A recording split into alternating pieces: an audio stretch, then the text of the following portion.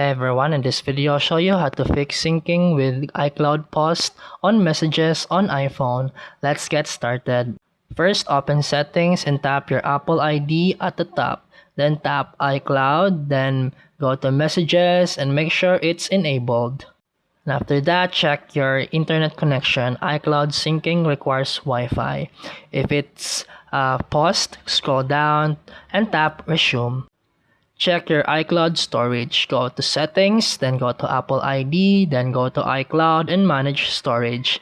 If your storage is full, free up space to allow syncing. Now restart your iPhone. This often resolves lingering syncing issues. Make sure your iOS is up to date. Then go to settings, general and software update. Outdated iOS can cause iCloud syncing problems. And that's it for today's video. If you found this helpful, please like and subscribe for more videos. See you in the next one.